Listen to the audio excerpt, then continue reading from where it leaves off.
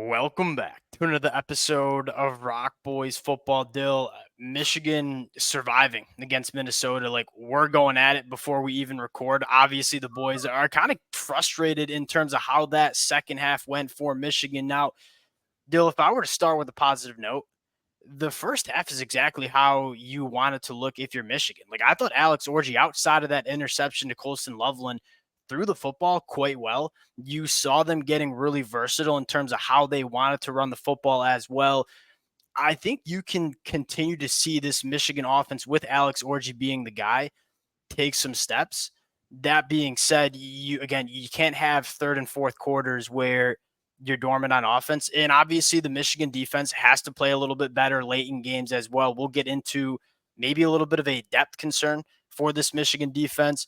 Now, before we get into it, as always, to the Michigan fans, the boys are Michigan fans. This is kind of a live reaction. I'm frustrated, Dill. I think you're a little less frustrated than I am. A lot of varying emotions. Would love to hear from the Michigan fans in the comment section in terms of how you guys are feeling about this win.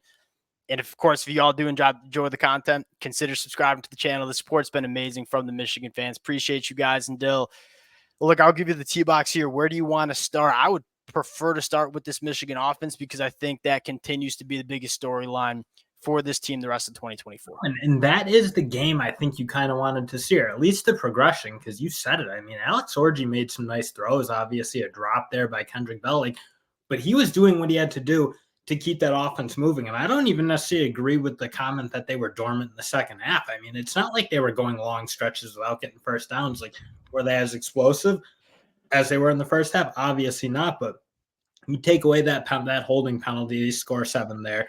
They were moving the ball. I think they did what they had to do. It was obviously, it just got weird. It was a weird. It got weird. It was 24 to, I believe, 3, and it was 4th and 11. Mason Graham ends up batting the ball down, but they call an illegal hands to the face. They end up scoring. Michigan goes 3 and out. You get that long punt return. They score again, and all of a sudden we're looking at a one-score football game. I do think there's an element of like Michigan needs to step on throats like they did last year. Like when you have a 2-3 touchdown score lead in the second half, like we saw it against USC last weekend. We saw it again. And I think there's an element of like that. This is a Michigan team that's still trying to figure it out. You lost a lot of winners from the 2023 season. You kind of got to get that winning culture going for 2024.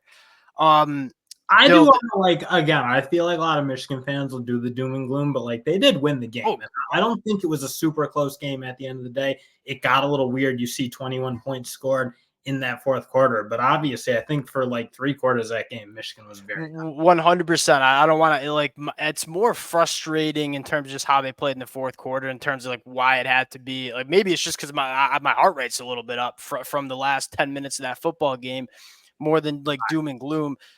So let's start with, I guess, what the positives would be. That is Michigan running the football, playing good defense, forcing turnovers.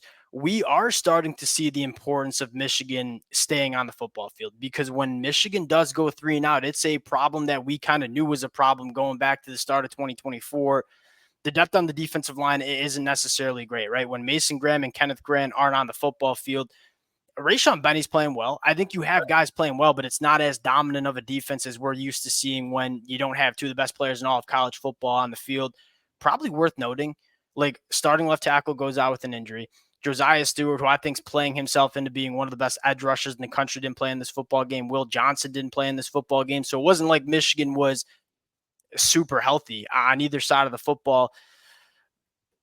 How would you grade Alex Orji's passing game in this football game here? That was like the one thing for me that I'm taking away. Like they can win a lot of, they can be really competitive with games. Like you go from that USC game, I was like, oh, they'd be like lucky to be in it with an Oregon or Ohio State. If he plays that way, I mean, he was really pretty efficient. Obviously, I think his numbers are down a little bit. Again, that drop, can't have that from Kendrick Bell. They need to obviously help him.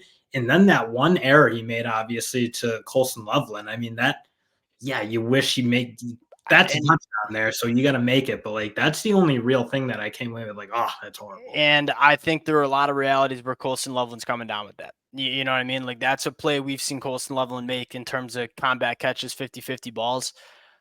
My other takeaway is the accuracy was there.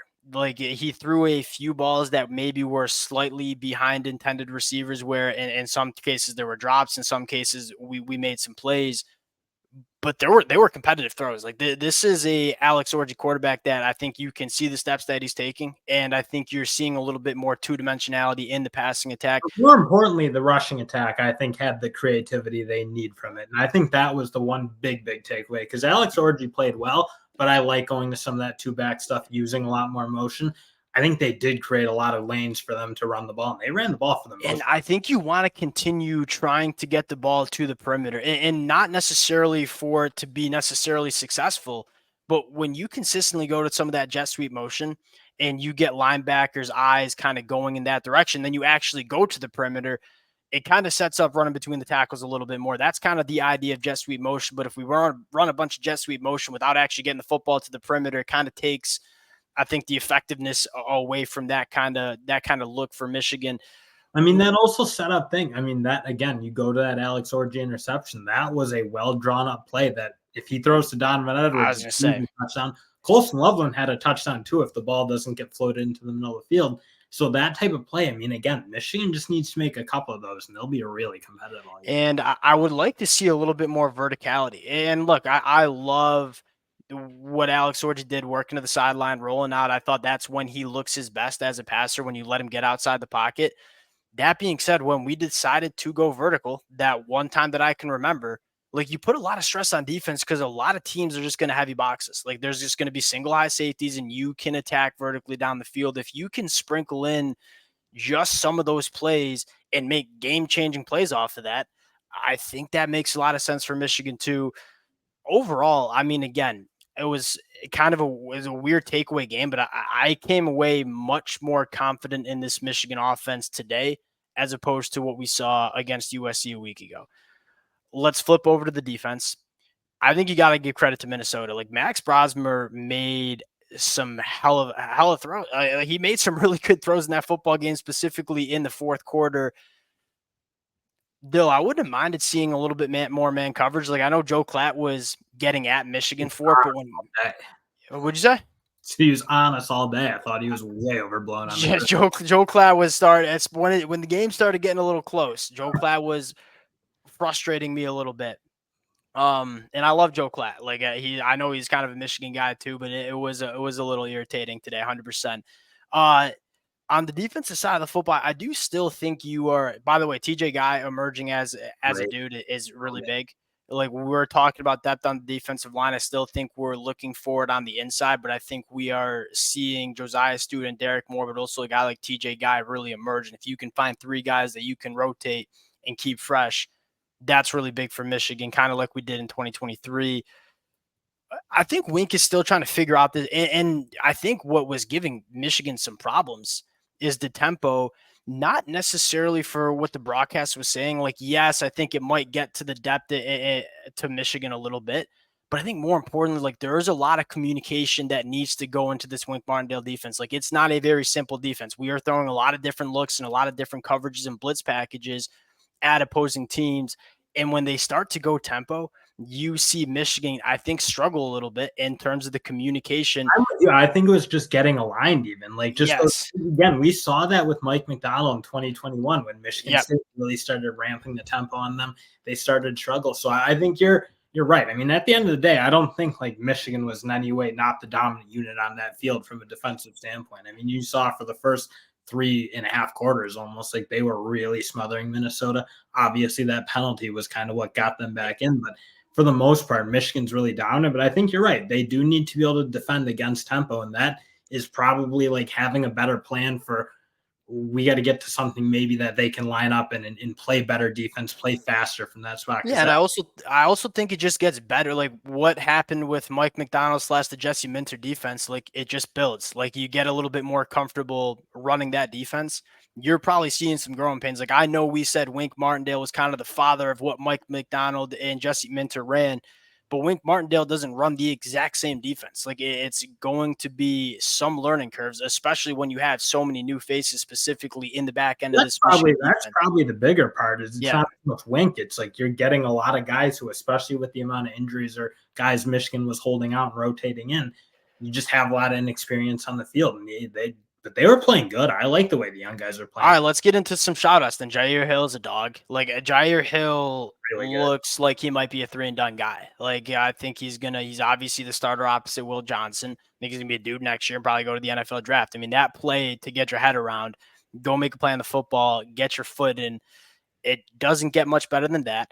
Jimmy Rolder at the linebacker spot continues to impress me in a big-time way. And I get you got Jay Sean Barmer and Ernest Hausman, but he's another guy that I would like to see get on the football field a little bit more. And then Brandon Hillman at the safety spot. We obviously just saw Makari Page go down. We're not really sure what that looks like. Brandon Hillman continues to be a guy that I also think it can give Michigan some juice because that guy, he plays with fire under his butt pretty consistently. Yeah, I love watching him play. Just the excitement he plays with, the energy he plays with. I love watching it. I thought Ernest Hausman was one of the better players on the field. Agreed. I thought he looked really like a bit of a bounce back game because I think there's been some games where I don't think he was playing his best. Today is like that's vintage Ernest Hausman making tackles, being in the right spot. So yeah, I think at the end of the day, like the score didn't look good. It certainly didn't feel good watching that by the end of the game. But kind of all in all, I think that almost is a little more. I'm kind of with you, more encouraging almost in a sense than the USC game where it's so crazy because all right, Mason Graham doesn't get called for the illegal hands to the face. I'm not necessarily saying it's a bad call. Just say it doesn't happen. Like we're talking about this game, we're not fighting before we get on this podcast about what went wrong in that football game. Like the vibe is different for a lot of Michigan fans if that play doesn't kind of take place. One more take on the offensive side of the football, and then we can kind of wrap this up. And we'll dive into this probably Sunday morning when we watch it back. I'd like to see Michigan be a little bit more of a numbers-oriented offense. Like when Minnesota was giving us a light box, like Joe Klatt was pointing out, and they were going too high safeties, hey, we're running into that every single day and having a lot of success. But if they are going to put an 8-man box, we got to throw that. We can't just run our heads against the wall. And I know we're going to be a run-oriented team. I get that. But if you want to beat Oregon, or if you want to beat Ohio State, if they are going to heavy box you, you have to be able to push the ball down the field. That's kind of what I want to continue to see Michigan go to. And again, I think you saw it a little bit more in some not ideal conditions to throw the football today. I want to see them continue that because I do think there are times where we see a heavy box and we just run right into it. And it's going to be really hard to do that when you're playing some of the best defenses and best college football teams in the country. Yeah, and I agree. And I think a lot of that comes with Alex Orji getting more comfortable throwing the ball and working the offense the way I think it's going to ultimately be. So yeah, I'm kind of now excited to see what it is next week and the weeks after and it's see evolving. what build into it. Because you saw some major strides at the end of the day in terms of how much more almost complex they were moving the ball and building it again around Orji and not trying to make him run the Davis Warren way because he'll never be able to run that. Yeah, I think you can very clearly tell that. All right, last week was the first week of the Alex Orji offense. I think you can tell they added some new concepts in that obviously worked for Michigan in this game. And ideally, if you're a Michigan fan taking an optimistic outlook, it continues to evolve to really suit Alex Orji and suit the playmakers that we have on the offensive side of the football. Club Mullins continuing to run the ball real hard. Overall, this is, I think, again, it was a frustrating fourth quarter. Like we got outscored 21-3. But there are a lot of good takeaways that you can get from this football game as well. We'll cut it out there. Again, appreciate you guys rocking with the boys. The Michigan fans, I would love to hear from you guys in the comment section. Again, the support means the world, and we'll talk to y'all